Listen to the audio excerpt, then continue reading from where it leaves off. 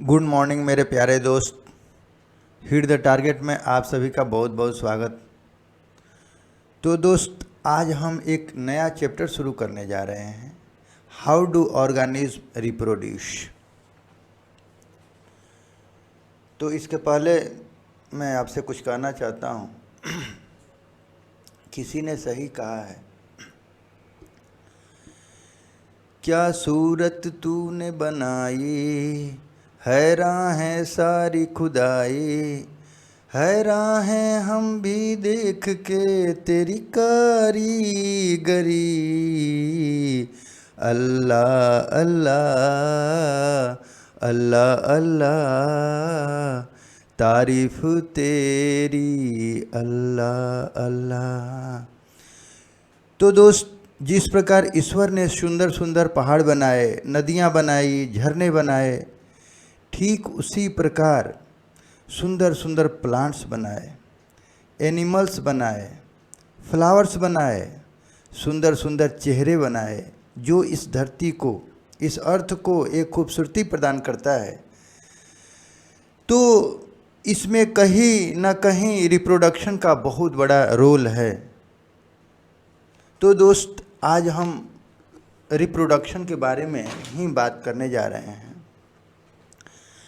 तो जैसा कि हम देख रहे हैं कि यहाँ ये टाइगर ने टाइगर को जन्म दिया, अपने बच्चे को जन्म दिया, ह्यूमंस ने अपने बच्चे को जन्म दिया, ये फ्लावर्स को जन्म दे रहा है, नए नए प्लांट्स को जन्म दे रहा है। तो इसमें कहीं ना कहीं रिप्रोडक्शन का बहुत बड़ा योगदान है इस धरती को सुंदर बनाने में। तो दोस्त, हम रिप्रोडक्शन के बारे में थोड़ा जान लेते हैं। अभी ये इधर आ जाइए।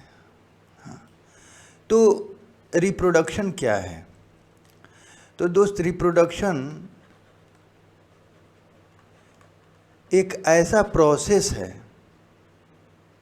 जिसमें एक ऑर्गेनिज्म अपने एक नए ऑफस्प्रिंग को अपनी तरह रिप्रोड्यूस करता है, पैदा करता है। तो रिप्रोडक्शन अब अगर हम बात करें, अगर लाइव प्रोसेस, जैसे लाइव प्रोसेस में हमने देखा था कि लाइव प्रोसेस के लिए जैसे न्यूट्रिशन ज़रूरी है, डाइजेशन ज़रूरी है, एसिमिलेशन ज़रूरी है,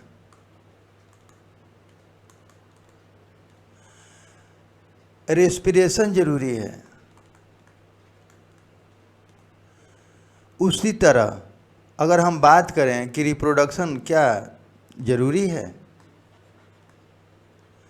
तो दोस्त, अगर हमें न्यूट्रिशन नहीं मिलेगा, चूँकि रिप्रोडक्शन भी एक लाइफ प्रोसेस का एक फैक्टर है, ठीक है ना। जैसे न्यूट्रिशन है, डाइजेशन है, एसिमिलेशन है, रेस्पिरेशन है, वैसे रिप्रोडक्शन भी एक लाइफ प्रोसेस का फैक्टर है। न्यूट्रिशन के बिना आदमी का जिंदा रहना मुश्किल है। डाइजेशन के बिना भी हमारा लाइफ सरवाइव करना मुश्किल है। एसिमिलेशन है, रेस्पिरेशन है, यानी इसके बिना हम जिंदा नहीं रह सकते हैं। लेकिन रिप्रोडक्शन ऐसा एक फैक्टर है जिसके बिना भी हम सरवाइव कर सकते हैं, हम रह सकते हैं, हम लॉन्ग लाइफ जी सकते हैं। अगर किसी एक स्पेसीज का कोई एक इंडिविजुअल अगर रिप्रोडक्शन में पार्टिसिपेट नहीं करता है, अगर रिप्रोडक्शन नहीं करता है, तो वो लॉन्ग लाइफ जी सकता है। उसके लाइफ प्रोसेस में कोई दिक्कत नहीं होगा, कोई प्रॉब्लम नहीं आएगी। लेकिन उसके स्पेसीज के अगर सारे इंडिविजुअल, सारे लोग अगर ये डिसाइड कर लें कि हमें रिप्रोडक्शन नहीं करना है, तो फिर एक समय ऐसा आएगा कि उसका स्पेसीज ही नष्ट हो जाएगा, इस धरती से उसका नामो निशान मिट जाएगा, ठीक है ना। तो इसीलिए इस स्पेसीज को बचाने के लिए रिप्रोडक्शन बहुत ही ज़रूरी है। आज हम तरह तरह के डिफरेंट स्पेसीज देखते हैं, तो दोस्त ये रिप्रोडक्शन का ही प्रभाव है कि हम डिफरेंट टाइप के सुंदर सुंदर फ्लावर्स, सुंदर सुंदर चेहरे, सभी ये सब देखते हैं। तो रिप्रोडक्शन हाँ हमारे सर्वाइवल ऑफ लाइफ के लिए वाइटल नहीं है, लेकिन अर्थ के ऊपर लाइफ को एग्जिस्टेंस करने के लिए, उसके स्पेसीज को एग्जिस्टेंस करने के लिए ये रिप्रोडक्शन बहुत ही ज़रूरी है। तो अब हम रिप्रोडक्शन से हम क्या समझते हैं? तो रिप्रोडक्शन से हमारे मन में एक यही चीज़ आता है रिप्रोडक्शन से कि रिप्रोडक्शन क्या है। तो इसमें एक फादर होता है, एक मदर होता है, ठीक है। फादर में एक मेल सेक्स होता है, मेल सेक्स सेल होता है, जिसको हम मेल जर्म सेल भी बोलते हैं, ठीक है। और इसको या मेल गैमेट भी बोलते हैं, ठीक है, मेल गैमेट। उसी तरह मदर में फीमेल सेक्स सेल होता है। इसको दोस्त, इसको फीमेल जर्म सेल भी बोल सकते हैं, या इसको फीमेल गैमेट भी बोलते हैं। तो दोस्त ये क्या होता है कि ये मेल सेक्स सेल और जब फीमेल सेक्स सेल ये आपस में जब फ्यूजन करते हैं, मिलते हैं, तो एक जाइगोट बनता है। जाइगोट जो यूनिसेलुलर होता है, यूनिसेलुलर सेलुलर। और इसको हम फर्टिलाइज एग भी बोलते हैं, फर्टिलाइज्ड एग, ठीक है। और इससे फिर एम्ब्रियो बनता है, ठीक है ना, एम्ब्रियो बनता है, और फिर इसके बाद ये फिर ऑफ स्प्रिंग में ये कन्वर्ट हो जाता है, ठीक है ना। तो इस तरह से हम देखते हैं कि ये रिप्रोडक्शन में क्या होता है कि ये एक मेल सेक्स सेल फादर से मिलता है और एक मदर से फीमेल सेक्स सेल, और ये दोनों किसी न किसी तरह से ये मिलते हैं और फिर ये एक जाइगोट का फॉर्मेशन होता है, और इस तरह से एम्ब्रियो और फिर लास्ट में ये ऑफ स्प्रिंग में कन्वर्ट होता है, और इस तरह से वो अपना चाइल्ड को रिप्रोड्यूस करते हैं, ठीक है। तो लेकिन रिप्रोडक्शन में दोस्त कभी कभी इसमें तो हम देख रहे हैं कि ये 2 पेरेंट्स इसमें पार्टिसिपेट कर रहे हैं, लेकिन रिप्रोडक्शन में ऐसा तो होता ही है, लेकिन कभी कभी रिप्रोडक्शन में सिंगल पेरेंट भी पार्टिसिपेट करते हैं, ठीक है ना। रिप्रोडक्शन में सिंगल पेरेंट्स भी पार्टिसिपेट करते हैं।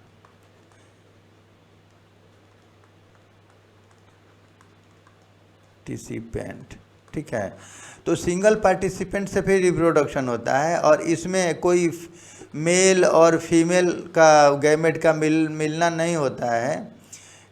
तो इस तरह से भी ऑफ स्प्रिंग का रिप्रोडक्शन होता है, तो उसी के बारे में हम लोग बात करेंगे। तो इसको तो हम इसीलिए इसको बोलते हैं सेक्सुअल रिप्रोडक्शन, ठीक है। और इसी को हम बोलते हैं, ये अक्सर प्लांट वगैरह में देखा जाता है और ये एनिमल्स में होता है, जबकि इस तरह टाइप का रिप्रोडक्शन जो एसेक्सुअल बोला जाता है, इसको हम बोलते हैं बेटा एसेक्सुअल रिप्रोडक्शन, ठीक है। तो ये अक्सर प्लांट में देखा जाता है और छोटे छोटे माइक्रो ऑर्गेनिज्म में, यूनिसेलुलर ऑर्गेनिज्म में भी और माइक्रो ऑर्गेनिज्म में भी देखने को मिलता है, और प्लांट में भी हमें देखने को मिलता है। तो हम इसके बारे में भी बात करेंगे। और ये सेक्सुअल रिप्रोडक्शन एनिमल्स में भी मिलता है और प्लांट्स में भी मिलेगा। तो इसके बारे में भी अभी हम लोग चर्चा करेंगे। तो आइए अब थोड़ा देखा जाए कि हमने क्या लिखा है। अच्छा, दूसरा चीज़, जब भी बेटा ये हमारा रिप्रोडक्शन होता है तो इसमें एक डीएनए होता है, डीएनए, ठीक है ना, डीऑक्सी रिबोन्यूक्लिक एसिड इसको बोलते हैं, इसके बारे में भी हम देखेंगे। इसमें कॉपी होता है मेक सेल से, ये चूँकि क्रोमोजोम्स में ये डीएनए होता है और इसे हेरिडिटी का ट्रांसफ़र होता है। उसके बहुत सारे चेहरे मिलते हैं और बहुत सारे मतलब उसके प्रॉपर्टीज इसमें कॉपी हो जाता है। तो ये बेटा ये सब डीएनए के चलते होता है, और डीएनए इसलिए इसको डीएनए रिप्लिकेशन भी बोलते हैं या डीएनए कॉपिंग है, ठीक है ना। तो इसके बारे में अभी हम और डिटेल में देखेंगे। तो चलिए थोड़ा सा देख लिया जाए। अभी तो ये हमारा थोड़ा इंट्रोडक्शन हो गया। तो अभी हम बात करते हैं, जैसे यहाँ पे हम देख रहे हैं कि ये अपना बच्चे को जन्म दिया है, ये ह्यूमन अपने बच्चे को जन्म दिया है। तो उसी को देखिए, रिप्रोडक्शन क्या है। Reproduction is a process by which living organisms are able to produce young ones। यानी रिप्रोडक्शन वो प्रोसेस है जिसके द्वारा कोई भी लिविंग ऑर्गेनिज्म एबल होता है प्रोड्यूस करने में यंग वंस को, अपने ऑफ स्प्रिंग को पैदा करने में क्या है, ये एबल है, कैपेबल है of their own kind, same अपनी तरह, ठीक है ना। तो रिप्रोडक्शन क्या है, एक ऐसा प्रोसेस है जिसमें कोई भी ऑर्गेनिज्म अपने बच्चों को अपनी तरह रिप्रोड्यूस करता है, ठीक है ना। अब देखिए यहाँ पे, it is an energy spending process. ये एनर्जी स्पेंडिंग प्रोसेस है which is not essential to maintain the life of an individual organism, ठीक है। तो कह रहा है कि ये एक एनर्जी स्पेंडिंग प्रोसेस है जो अपने लाइफ को मेंटेन करने के लिए ज़रूरी नहीं है, उसके सर्वाइवल ऑफ लाइफ के लिए ज़रूरी नहीं है। एक इंडिविजुअल के अगर सर्वाइवल के लिए ज़रूरी नहीं है, लेकिन उसके स्पेसीज़ के लिए ज़रूरी है, उसके स्पेसीज़ के लाइफ को एग्जिस्टेंस करने के लिए ज़रूरी है। The continuity of life on earth, उसी को लिखा गया है, from its origin to present day, यानी पहले से लेके आज तक उसके लाइफ को अर्थ के ऊपर कंटिन्यूएशन के लिए, उसके स्पेसीज को बरकरार रखने के लिए has been possible only because of reproduction. तो ये रिप्रोडक्शन बहुत ज़रूरी है, इसी के द्वारा ये पॉसिबल है, ठीक है। तो अभी हमने चर्चा कर लिया था, the sexual reproduction involves a mechanism called DNA कॉपिंग। तो हमने अभी बात किया था कि डीएनए कॉपिंग एक मैकेनिज्म रिप्रोडक्शन में इन्वॉल्व होता है, ये उसको हम डीएनए रिप्लिकेशन भी बोलते हैं। तो which is capable of producing similar multiple of blueprint, माने सेम काइंड का ऑफ स्प्रिंग अपने फादर मदर से जो सेम प्रॉपर्टीज लेके आता है। तो उसमें एक डीएनए कॉपिंग का बहुत बड़ा योगदान है उसमें, इस मैकेनिज्म का डीएनए कॉपिंग बोलते हैं उसको। Cellular component of the heredity transmission, वही लिखा हुआ है यहाँ पे, are in the form of DNA, deoxyribonucleic acid. तो ये डीएनए का फुल फॉर्म है, ठीक है, जो कहाँ पे होता है, क्रोमोजोम्स में होता है। तो अभी हमने बात कर लिया था, ये हेरिडिटी को ट्रांसमिशन करने में हेल्प करता है।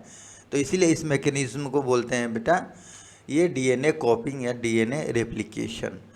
अब हम देख लेते हैं वही, reproduction is not vital for the survival of life of individual के लिए बेटा ये मतलब एसेंशियल नहीं है, लेकिन ये vital for the existence of the life of the earth, ठीक है ना, ऑन द अर्थ। तो ये बेटा ये उसके स्पेसीज के लिए बहुत ज़रूरी है, जबकि रिप्रोडक्शन एक इंडिविजुअल के लिए ज़रूरी नहीं है, वो जी सकता है, उसके जीने में कोई प्रॉब्लम नहीं आएगी। हालांकि ये लाइफ प्रोसेस का एक फैक्टर है, मानता हूँ, लेकिन फिर भी वो ज़िंदा रह सकता है। लेकिन उसके स्पेसीज को बचाना है तो रिप्रोडक्शन बहुत ज़रूरी है। तो जैसा कि हमने देख लिया कि रिप्रोडक्शन में एक मेल सेक्स सेल होता है, फीमेल सेक्स सेल होता है, और दोनों मिलकर जाइगोट बनाते हैं, फिर एम्ब्रियो का फॉर्मेशन होता है, और फिर उसका ऑफस्प्रिंग का रिप्रोडक्शन होता है, उसके बच्चे का जन्म होता है। तो इस तरह से रिप्रोडक्शन होता है। और इसमें अब देखिए, इसमें जैसे ए सेक्सुअल रिप्रोडक्शन और सेक्सुअल, यानी रिप्रोडक्शन 2 टाइप का है। एक ए सेक्सुअल रिप्रोडक्शन, ए सेक्सुअल रिप्रोडक्शन उसको बोलते हैं जिसमें सिंगल पेरेंट्स ही पार्टिसिपेट करते हैं रिप्रोडक्शन में, ऑफस्प्रिंग पैदा करने में। जबकि सेक्सुअल रिप्रोडक्शन में 2 पेरेंट्स चाहिए ही चाहिए, ठीक है, एक मदर और एक फादर, ठीक है। तो इसीलिए इसको हम सेक्सुअल रिप्रोडक्शन बोलते हैं। और ए सेक्सुअल में केवल एक ही पेरेंट इन्वॉल्व होता है, इसलिए इसको हम ए सेक्सुअल रिप्रोडक्शन करते हैं। और इसके लिए कोई खास कोई ऑर्गन्स नहीं होते हैं, कोई रिप्रोडक्टिव ऑर्गन्स नहीं होते हैं विशेषकर, ठीक है ना। तो अभी हम बात करते हैं, ए sexual reproduction involves the production of springs, ठीक है ना, from a single parent without the fusion of gamete, बिना गैमेट के मिलने से, बिना फ्यूजन से, ठीक है ना, बिना फ्यूजन से ये ऑफस्प्रिंग का रिप्रोडक्शन होता है, ठीक है ना। It occurs in unicellular organism, ये अक्सर यूनिसेलुलर ऑर्गेनिज्म में ही देखने को मिलता है, जैसे बैक्टीरिया है, प्रोटोजोआ है, और सम प्लांट्स में भी मिलता है, जैसे अलगी है, फंगाई है, ब्रायोफाइट्स है। तो इस सब में ये देखने को मिलता है। और मल्टी सेलुलर ऑर्गेनिज्म में भी, जैसे स्पॉन्जेज है, हाइड्रा है, तो इस सब में भी एसेक्सुअल रिप्रोडक्शन देखने को मिलता है, ठीक है ना। उसी तरह सेक्सुअल रिप्रोडक्शन क्या है, तो अभी हमने देख लिया, production of new individual offsprings by the fusion, fusion मैंने मिलना, फ्यूज़न ऑफ 2 गैमेट, यानी 2 गैमेट के, यानी मेल गैमेट और फीमेल गैमेट के मिलने से ये ऑफस्प्रिंग का रिप्रोडक्शन होता है। तो वही लिखा है, usually 1 from male parents and the other from female parent to form a zygote which develops into a mature organism. तो इस तरह से वो जाइगोट बनाते हैं, जो आगे डेवलप करके एम्ब्रियो के बाद वो मैच्योर ऑर्गेनिज्म में कन्वर्ट होता है। तो उसको हम बोलते हैं सेक्सुअल रिप्रोडक्शन, यानी इसमें 2 पेरेंट्स इन्वॉल्व होगा, ठीक है ना। जैसे ह्यूमन है, डॉग्स है, एलिफेंट है, बर्ड्स है, फिशेस है, प्लांट्स है। तो इस तरह से अब देखिए, अब एसेक्सुअल रिप्रोडक्शन में भी कई टाइप है, जैसे बाइनरी फिजन है, मल्टीपल फिजन है, फ्रैगमेंटेशन है, बर्डिंग है, स्पोर फॉर्मेशन है, रीजेनरेशन है और वेजिटेटिव प्रोपेगेशन है। तो इसके बारे में अभी हम डिटेल में चर्चा करेंगे। इसमें केवल एक ही पेरेंट इन्वॉल्व होता है, तो इसलिए इसको हम एसेक्सुअल रिप्रोडक्शन बोलते हैं। और इसमें इतने टाइप हैं। अभी हम देख लेते हैं थोड़ा फिजन क्या है। तो fission splitting of A unicellular organism into 2 और more than 2 separate daughter cells, यानी फिजन क्या है, तो स्प्लिटिंग ऑफ यूनिसेलुलर, किसी भी यूनिसेलुलर ऑर्गेनिज्म का डिवाइड होना, स्प्लिट करना इनटू 2 और मोर देन 2 या 2 से अधिक डॉटर सेल में डिवाइड होना ही फिजन है, ठीक है ना। तो जैसे अमीबा वगैरह के बारे में हम देखेंगे। तो दोस्त अब हम देखते हैं बाइनरी फिजन क्या है। तो देखिए, पहला हमारा ये टाइप है बाइनरी फिजन। बाइनरी मीन्स होता है 2 और फिजन मीन्स होता है टूटना, यानी 2 का टूटना, ठीक है ना। तो देखिए बाइनरी फिजन में क्या होता है कि this is the division of parent cell into 2 small equal size identical daughter cells. जैसे ये अमीबा है, तो ये फुली ग्रोन अमीबा है, ठीक है ना। तो ये क्या होता है कि धीरे धीरे ये क्या होता है, ये टूटता है और 2 पार्ट में ये डॉटर सेल में टूट जाता है, ठीक है ना। तो इसीलिए इसको बोलते हैं बाइनरी फिजन। अब ये कैसे टूटता है, तो सबसे पहले देखिए, ये अमीबा का फुली ग्रोन हो गया है, ठीक है ना। फुली ग्रोन जब हो जाता है तो इसका न्यूक्लियस धीरे धीरे डिवाइड होना शुरू होता है। कैसे, इस टाइप का देखिए। अब धीरे धीरे ये डिवाइड हो रहा है, उसके बाद से क्या हो जाएगा, ये डिवाइड हो जाएगा, अलग अलग हो जाएगा। फिर इसमें साइटोप्लाज्म का डिवीजन होगा और इसके अराउंड में साइटोप्लाज्म ये कवर हो जाएगा और इसमें भी ये साइटोप्लाज्म पूरा कवर कर लेगा, ठीक है। और फिर जब ये ये फिर फर्दर क्या हो जाएगा, ब्रेक कर जाएगा और इस तरह से 2 डॉटर सेल्स में कन्वर्ट हो जाएगा, ठीक है ना। तो इस तरह से ये अमीबा अपना रिप्रोडक्शन करता है। अब इसमें एक खास बात ये है कि इसका रिप्रोडक्शन इसका कोई खास तो शेप है नहीं, तो ये रिप्रोडक्शन किसी भी डायरेक्शन में कर सकता है, ठीक है ना। ये अपना शेप हमेशा चेंज करता रहता है, तो ये किसी भी डायरेक्शन में अपने आप को ये ब्रेक कर सकता है। लेकिन अगर हम लिस्मानिया की बात करें तो ये हमारा लिस्मानिया है। तो लिस्मानिया में एक्चुअल में ये एलोंगेटेड ही ये करता है अपना ब्रेक, ठीक है ना। तो जैसे ये लिस्मानिया है और इसका एक टेल होता है, ठीक है। तो ये जब भी करेगा लिस्मानिया तो ये लॉन्गिट्यूडनल ही होगा इसका ब्रेक, ठीक है ना। ये कभी इस टाइप का नहीं होगा, ऐसे नहीं होगा, ऐसे नहीं होगा, ठीक है। ये कभी भी ब्रेक करेगा तो दोस्त ये लॉन्गिट्यूडनल ही वे में डायरेक्शन में ये अपने आप को ब्रेक करेगा। तो जैसा कि हम देख रहे हैं ये टेल है और देखिए ये लिस्मानिया का कैसे ब्रेक हो रहा है। तो ये लॉन्गिट्यूडनल ही हो रहा है इस टाइप से और इसका ये टेल है, ये दिखाई दे रहा है। तो ये लेकिन अमीबा में ऐसा नहीं है, अमीबा किसी भी डायरेक्शन में हो ये ब्रेक कर लेगा, ठीक है ना।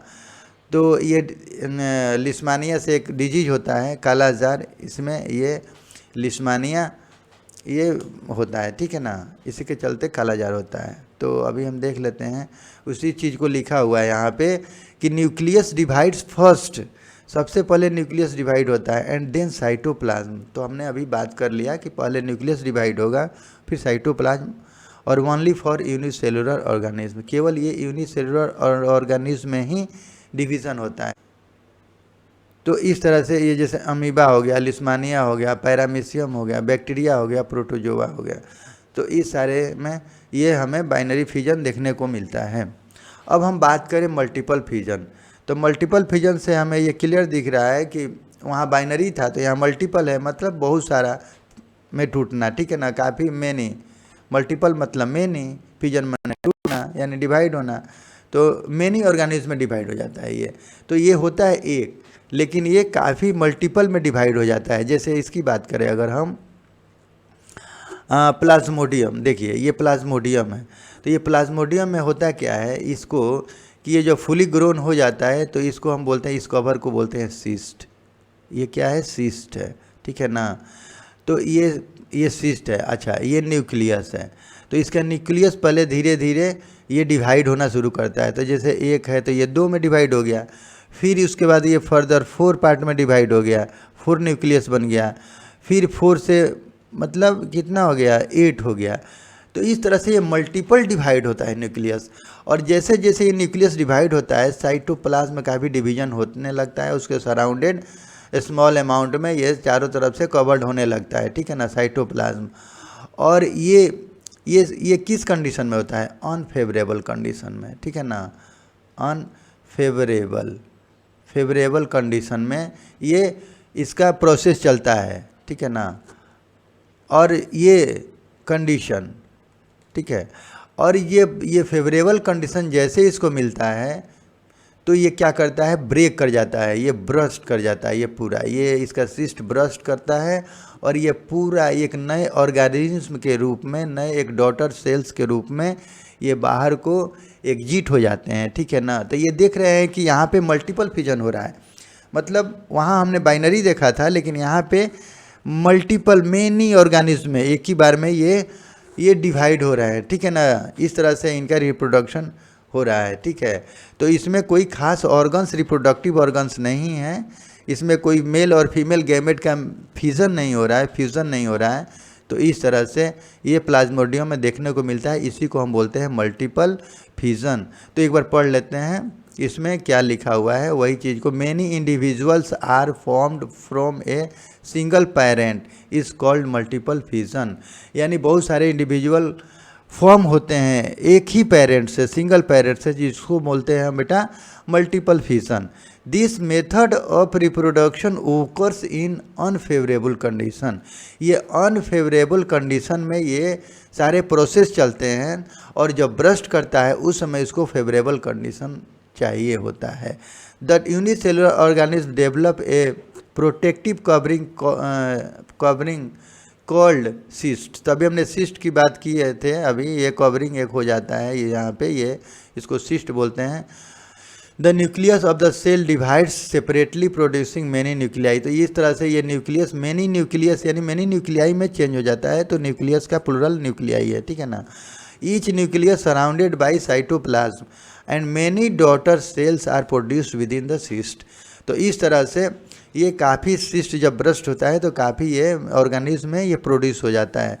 When condition are favourable the cyst breaks and small offspring are liberated. Liberated माने स्प्लिट कर जाना, बाहर निकल जाना, ठीक है ना, तो फैल जाता है। तो इस तरह से हम देखते हैं ये प्लाज्मोडियम का कैसे रिप्रोडक्शन होता है। और ये एक मलेरिया पैरासाइट है, ठीक है ना, जिसे मलेरिया डिजीज़ होता है। तो इस तरह से ये हमने देख लिया मल्टीपल फिजन। अब हम बात कर लेते हैं फ्रेगमेंटेशन।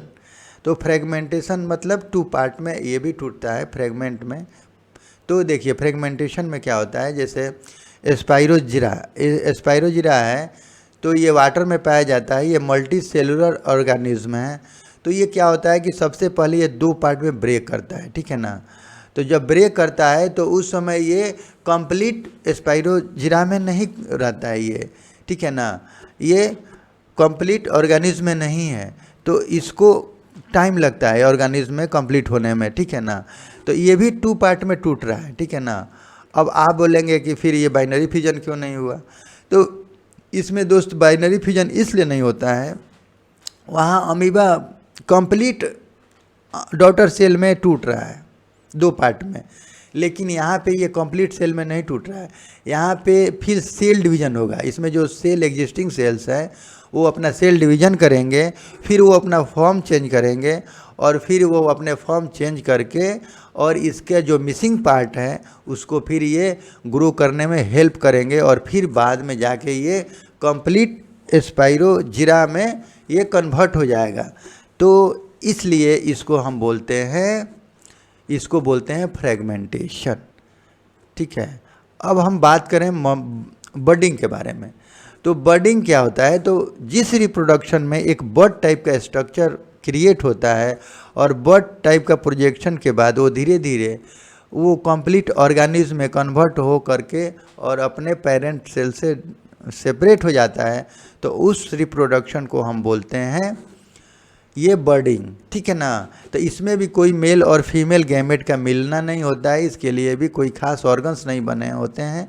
ये जहाँ से डील करता है वहीं से प्रोजेक्शन बर्ड टाइप का निकलता है और वहाँ से इसका ऑफ स्प्रिंग रिप्रोड्यूस होता है, ठीक है ना। Budding is the production of new individuals from and out growth of parent individual, यानी पेरेंट इंडिविजुअल से उसका आउट ग्रोथ होता है, ठीक है ना। तो ये हम देख रहे हैं यहाँ पे एक बर्ड टाइप का प्रोजेक्शन निकला पहले, फिर वो धीरे धीरे हाइड्रा ये स्मॉल हाइड्रा में चेंज हुआ है, धीरे धीरे ग्रोन हो रहा है और ग्रोन हो करके ये जब कंप्लीट हो जाता है तो ये लास्टली अपने पेरेंट से ये सेपरेट हो जाता है। उसी तरह ईस्ट में भी हम देख रहे हैं कि ये एक बर्ड टाइप का स्ट्रक्चर निकल रहा है और धीरे धीरे ये अपने पेरेंट सेल से सेपरेट हो जाता है और इस तरह से ये टू डॉटर सेल्स में ये कन्वर्ट हो जा रहा है, ठीक है ना। तो इसलिए इस प्रोसेस को बोलते हैं, इस रिप्रोडक्शन के प्रोसेस को बोलते हैं बेटा बर्डिंग, ठीक है। तो ये देखने को मिलता है ईस्ट में, अभी हमने देख लिया ईस्ट का सम प्रोटोजोआस, ठीक है ना, हाइड्रा, ये तो अभी हमने देख लिया हाइड्रा में भी, ठीक है। अब हम बात करते हैं रीजनरेशन। तो देखिए रीजनरेशन एक्चुअल में ये कोई रिप्रोडक्शन का पार्ट नहीं है, ये चूँकि इसको इस रिप्रोडक्शन में इसलिए रखा गया है कि चूँकि ये बाद में ये ऑर्गेनिज्म में कन्वर्ट हो जाता है, ठीक है। तो इस तरह से ये होता क्या है कि बाई एक्सीडेंटल, जैसे ये प्लानेरिया को दिखाया गया है यहाँ पे, तो ये होता क्या है कि बाई एक्सीडेंटल ये प्लानेरिया कई पीस में ब्रेक कर गया, टूट गया, ठीक है ना।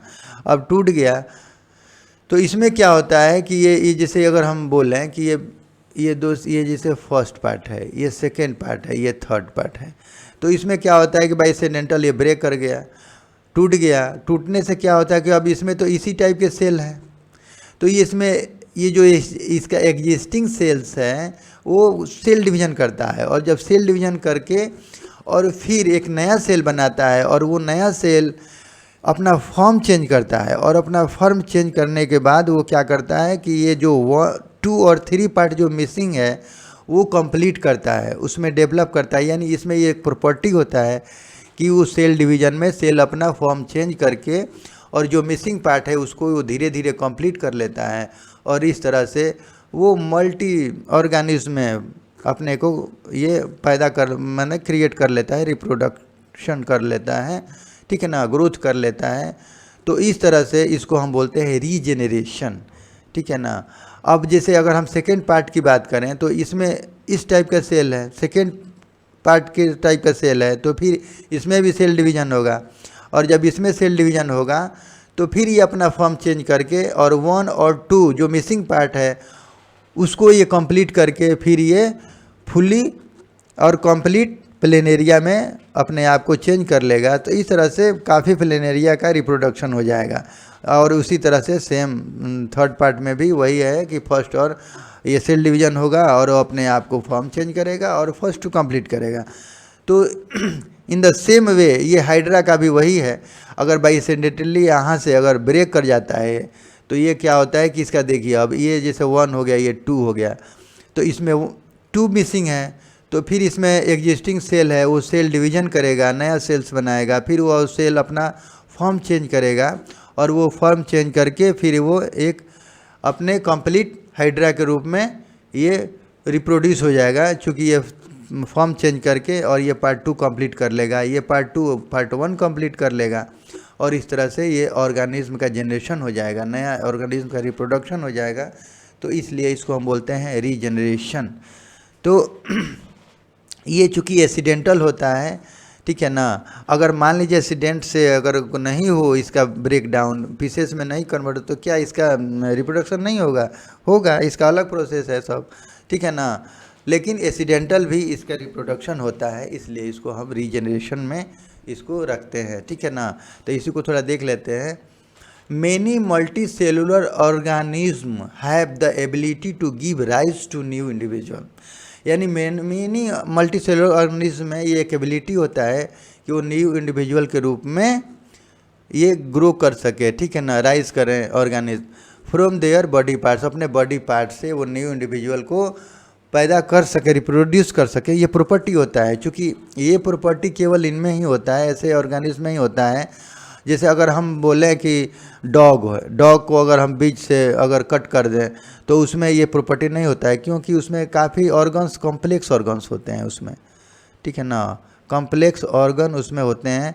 तो इसलिए उसमें ये प्रॉपर्टीज नहीं होता है कि उसका सेल डिवीज़न करके अपना फॉर्म चेंज करे, फिर जो मिसिंग पार्ट है उसको कंप्लीट करे।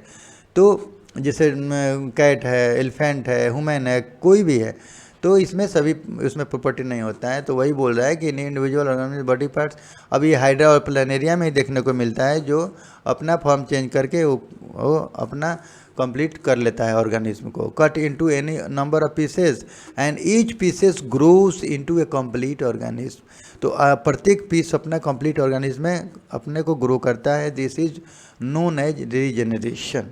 तो इसी को बोलते हैं हम रीजनरेशन। अब इसी को ये लिखा हुआ है कि different body parts have different type of cells, ठीक है। तो होता ही है द एग्जिस्टिंग सेल जो अंडरगोन सेल डिवीजन, तो सेल डिवीजन होता है और मेक न्यू सेल्स, इस तरह से नया सेल बनाता है, फिर अपना फॉर्म चेंज करता है। The new cells created change their form so as to make the part 2, 1, 3 जो उसमें मिसिंग है, यानी मिसिंग पार्ट, इसको हम बोल दें कि अगर मिसिंग पार्ट को कंप्लीट करेगा, ठीक है ना। तो इस तरह से उसको बेटा उसमें प्रॉपर्टी इसमें होता है। अच्छा, ये कॉम्प्लेक्स ऑर्गेनिज्म में ये प्रॉपर्टी नहीं होता है, जैसे हमने अभी बात कर लिया। This is not really a type of reproduction, ये कोई रिप्रोडक्शन का टाइप नहीं है, ठीक है ना।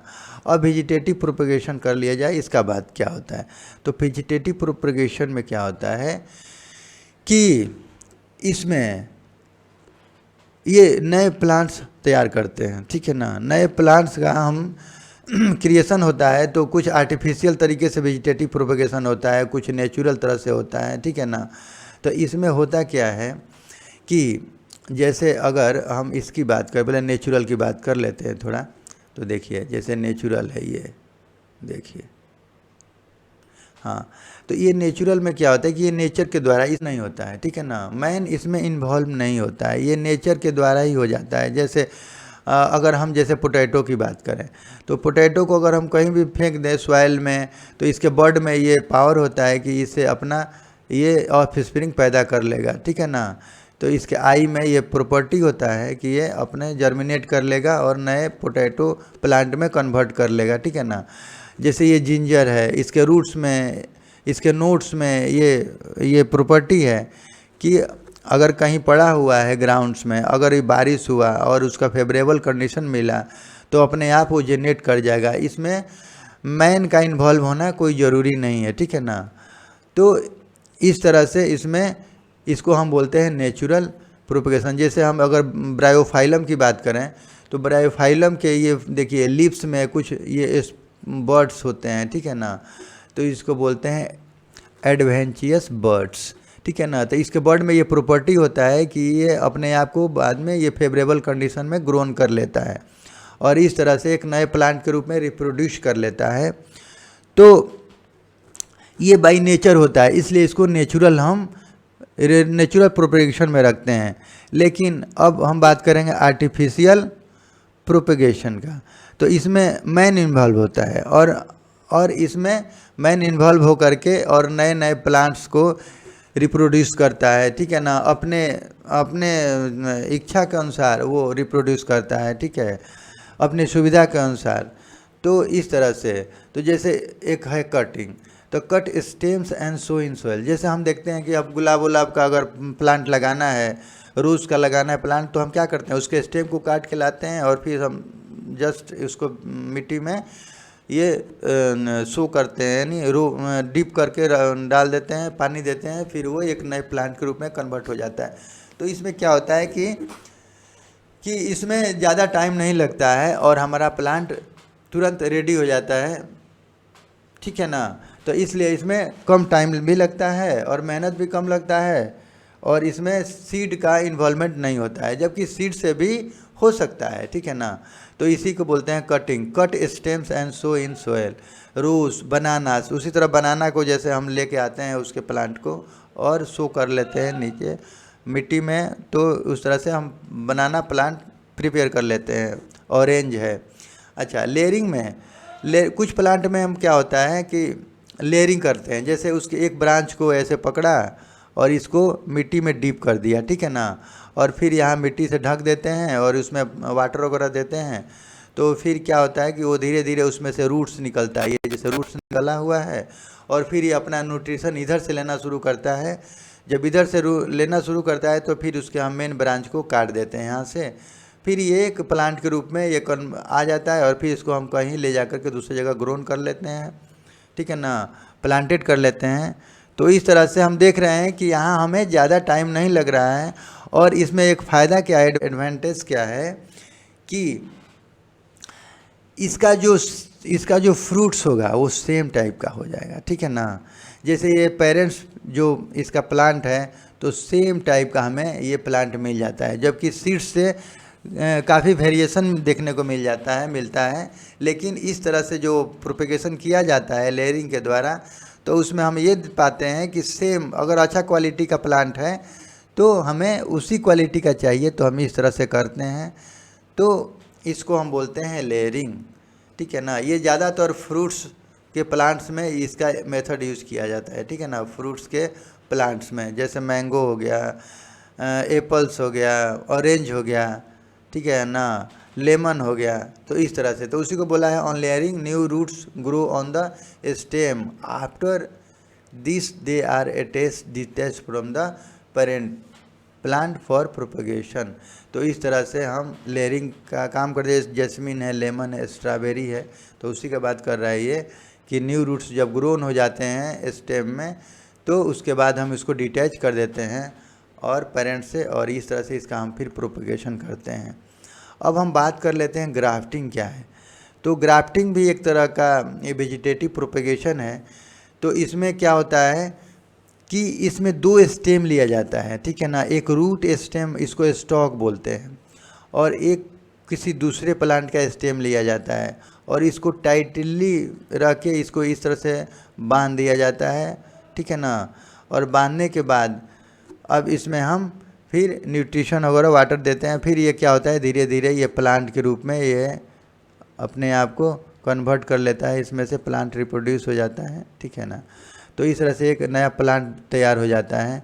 और ये प्लांट जब बनता है तो इसमें इसका भी प्रॉपर्टी आ जाता है और इसका भी प्रॉपर्टी आ जाता है, ठीक है ना। तो ये एक डिफरेंट टाइप का फ्रूट्स बन जाता है। तो ये अक्सर सेब वगैरह में, सेब के प्लांट में, एप्पल्स के प्लांट में ये सब किया जाता है, ठीक है। अब इसी को देख लेते हैं। देखिए, it is the method of obtaining A superior quality plant. तो इससे क्या होता है कि इससे सुपेरियर प्लांट का हमें मिलता है, जैसे इससे भी कुछ डिफरेंट हो गया और इससे भी कुछ डिफरेंट हो गया। From the different plant by taking the root system और one plant the shoot system. तो इसको बोलते हैं बेटा सूट सिस्टम, इसको सूट सिस्टम बोलते हैं। और इसको रूट सिस्टम इसलिए बोलते हैं कि इसमें रूट रहता है, ठीक है ना। तो इसको बोलते हैं रूट सिस्टम, ठीक है।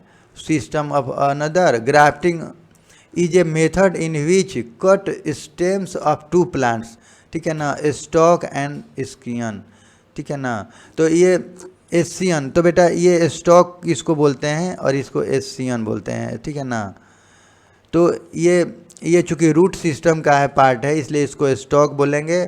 और ये स्टेम दूसरे प्लांट का जो है वो इसको एसियन बोलेंगे। और ज्वाइंट और such a way that they develop into a single plant.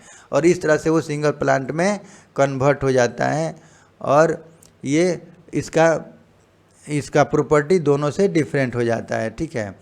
Plant grows in lesser time. तो इसका हमने अभी जितना ऊपर का देखा, ग्राफ्टिंग है, कटिंग है, वेजिटेटिव प्रोपगेशन देखा।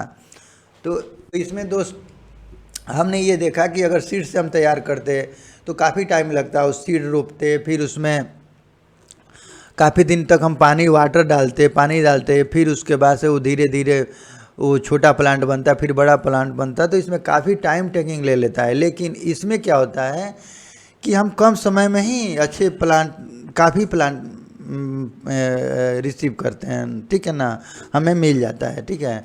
तो less variation taste in fruit. और क्या होता है कि इसमें जैसे ऊपर हमने देखा था कि उसमें वेरिएशन टेस्ट में लेस वेरिएशन मिलता है। जैसे हमने अभी इसका देखा था ये वाला लेयरिंग में। तो लेयरिंग में क्या मिलेगा, लेस कहाँ से मिलेगा, सेम प्लांट का ही है, सेम प्लांट का ही तो पार्ट है ये, और उसी पार्ट से प्लांट बन गया, तो टेस्ट डिफरेंट होने का सवाल ही नहीं है। जबकि सीड्स से हम देखते हैं कि तरह तरह का टेस्ट, अगर मान लीजिए जैसे सीड से हम रोप दिए, तो इसमें अगर सीड से एक प्लांट बना और इसी तरह से एक सीड्स में एक प्लांट बना, तो इसके टेस्ट में डिफरेंस आ जाएगा, ठीक है ना। लेकिन इसमें कभी डिफरेंस नहीं आएगा। तो उसी को ये बोल रहा है, ठीक है ना। इसमें टाइम टेकिंग भी ज़्यादा है। चलिए इसमें थोड़ा पानी उनी डाल दिया जाए, ठीक है ना। ओके, तो बेटा अभी हम लोगों ने देख लिया ग्राफ्टिंग। अब टिश्यू कल्चर के बारे में थोड़ा बात कर लिया जाए। तो टिश्यू कल्चर क्या है देखिए, इससे क्या देख रहे हैं कि टिश्यू से जो वेजिटेटिव प्रोपगेशन किया जाता है उसको हम टिश्यू कल्चर बोलते हैं। अब इसमें क्या होता है कि एक प्लांट का कुछ टिश्यू लेके आते हैं, उसका कुछ पार्ट लेके आते हैं, छोटा छोटा पीस लेते हैं, ठीक है ना। और इसको क्या करते हैं, इस केमिकल में, इसमें पॉट में रख के, इसमें केमिकल है और इस केमिकल में डाल देते हैं, ठीक है ना। और इसमें क्या करते हैं, उसका कुछ फिर न्यूट्रिशन वगैरह इसमें डालते हैं। और वो केमिकल और न्यूट्रिशन से देखते हैं कि धीरे धीरे ग्रोन करने लगता है। और धीरे धीरे वो काफ़ी तेज़ी से ग्रोन करता है। और जब ये ग्रोन करने लगता है तो फिर हम उसको जहाँ रिक्वायर्ड होता है वहाँ ट्रांसप्लांट करते हैं। और इस तरह से हमें एक नया प्लांट बहुत जल्दी ही तैयार मिल जाता है। तो इस तरह से ये ज़्यादातर सजावट के प्लांट्स में ये इसका मेथड यूज किया जाता है। तो इसको जैसे हम बोलते हैं ऑर्नामेंटेड प्लांट में इसका यूज किया जाएगा। और ये बिजनेस पर्पस के लिए यूज किया जाता है। जो सजावट के लिए हम प्लांट का इस्तेमाल करते हैं, तो ये बिजनेस पर्पस के लिए काफ़ी यूज़फुल है, ठीक है। तो उसी को देख लेते हैं। Tissue culture is a modern technique of vegetative propagation. ये एक मॉडर्न टेक्निक है, ठीक है ना। In this technique A small part of tissue is cut from A plant से एक स्मॉल टिश्यू काट लिया जाता है and is grown in artificial culture. और इस तरह से उसको आर्टिफिशियल कल्चर में उसको ग्रोन किया जाता है। ये जो सब केमिकल्स एंड न्यूट्रिएंट्स, अभी हमने बात किया कि केमिकल्स और न्यूट्रिएंट्स के हेल्प से उसको तैयार किया जाता है। The mature plants are then transplanted into the fields, उसके बाद से हम जहाँ रिक्वायर होता है वहाँ उसको ट्रांसप्लांट करते हैं, ठीक है ना। तो this technique is employed for the multiplication of commercial useful plant. तो ये मल्टीप्लिकेशन मतलब बहुत ज़्यादा कमर्शियल में अगर हमको चाहिए, बहुत सारे प्लांट चाहिए, कम समय में चाहिए, तो हम इस मेथड का यूज़ करते हैं। और ये अक्सर ऑर्चिड्स और ऑर्नामेंटल प्लांट्स और एस्पेरेगस में ये मेथड अप्लाई किया जाता है, ठीक है ना। अब एक लास्ट फॉर्मेशन है स्पोर फॉर्मेशन। तो स्पोर फॉर्मेशन थोड़ा इन सब से डिफरेंट है, क्योंकि स्पोर फॉर्मेशन में होता क्या है, जैसे यहाँ पे ये रिजोपस है, तो रिजोपस में होता क्या है कि जैसे इसका ये रूट है, ये रूट इसको बोलते हैं हाइफा, और इसका स्टेम है ये सब, तो स्टेम को बोलते हैं स्टोलोन, ठीक है ना। अच्छा, ये स्प्रोंजियम है, ये जो बॉल टाइप का जो दिख रहा है ये स्प्रोंजियम है, और इसमें बहुत सारे स्पोर्स हैं, ठीक है ना।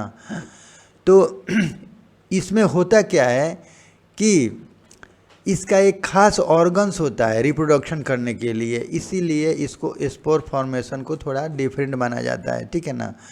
जबकि हम उन्हें ऊपर जितना बात किया था उसके लिए कोई खास रिप्रोडक्टिव ऑर्गन्स नहीं थे, लेकिन इसमें एक खास रिप्रोडक्टिव ऑर्गन्स हैं, ठीक है ना, स्पोर्स है, इसी के द्वारा रिप्रोडक्शन होना है। ये ना स्टोलन के द्वारा होगा रिप्रोडक्शन, ना हाईफाई के द्वारा होगा, ठीक है ना। तो ये रिप्रोडक्शन होगा स्पोर्स से ही, तो इसीलिए इसको बोलते हैं स्पोर्स फॉर्मेशन। तो इसमें क्या होता है कि ये जब ये इस पर एक प्रोटेक्टिव लेयर होता है ये, ठीक है ना, और ये इसको कवर करके रखता है, बचा के रखता है, प्रोटेक्शन देता है अनफेवरेबल कंडीशन में। और जब फेवरेबल कंडीशन आता है और ये काफ़ी ग्रोन हो जाता है, और जब फेवरेबल कंडीशन में ये बर्स्ट करता है, और बर्स्ट करने के बाद इसका स्पोर्स चारों तरफ स्प्रेड कर जाता है, ठीक है ना। और जब स्प्रेड करता है तो फिर ये नए प्लांट के रूप में ये अपने आप को रिप्रोड्यूस करता है, ठीक है ना, नए प्लांट के रूप में ग्रोन करता है। तो इसीलिए इसको बोलते हैं स्पोर फॉर्मेशन, क्योंकि इसका फॉर्मेशन कैसे हो रहा है, इस प्लांट का स्पोर्स से हो रहा है, ठीक है ना, इसीलिए इसको बोलते हैं स्पोर्स फॉर्मेशन।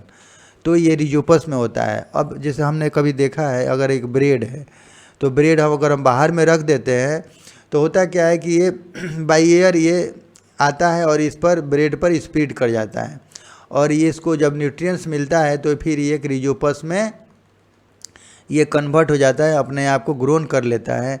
तो इसीलिए इसको हम जो इस पर ये ग्रोन हुआ, इसको हम बेटा रिजोपस को ब्रेड मोल्ड, ये रिजोपस ही होता है, इसलिए इसको बोलते हैं ब्रेड मोल्ड भी बोलते हैं इसको, ठीक है ना। तो इस तरह से ये रिजोपस का स्पोर फॉर्मेशन होता है। तो इसको हम देख लेते हैं स्पोर फॉर्मेशन। तो simple multi cellular organism like rhizopus bread mould, अच्छा, there is protective layer around sporangium, ये स्प्रोंजियम इसको बोलते हैं, जिसमें काफ़ी स्पोर्स हैं, तो उसके ऊपर एक प्रोटेक्टिव लेयर जैसे हमने बात किया ये होता है spores sporangium to protect delicate spores against bad environment. तो ये बैड इन्वायरमेंट से ये प्रोटेक्टिव लेयर उसको बचाता है। When the environment outside is favourable, और जब फेवरेबल कंडीशन होता है तो ये प्रोटेक्टिव लेयर क्या होता है, बर्स्ट कर जाता है, फट जाता है, और इस तरह से spores come out to give birth to new rhizopus, और इस तरह से वो बर्स्ट कर जाता है और चारों तरफ स्प्रेड कर जाता है, और एक नए रिजोपस के रूप में ये बर्थ करता है, ठीक है ना। ये सारे स्पोर्स को नया रिप्रोडक्ट करता है, ठीक है ना। तो इस तरह से हमने देख लिया ये स्पोर फॉर्मेशन। तो दोस्त, इस तरह से हमने आज एसेक्सुअल रिप्रोडक्शन के बारे में देखा, और ये जाना कि कैसे ये सिंगल पेरेंट से भी ये ऑर्गेनिज्म का रिप्रोडक्शन होता है। तो दोस्त, अगर वीडियो अच्छा लगे तो प्लीज़ लाइक कीजिए और सब्सक्राइब करें, ठीक है, और रिंग बेल को बजा दें ताकि हमारा नए वीडियो का नोटिफिकेशन आपको समय से मिल सके। और दोस्त, वीडियो देखने के लिए आपका बहुत बहुत धन्यवाद। तो बेटा आज के लिए बस इतना ही। Thank you.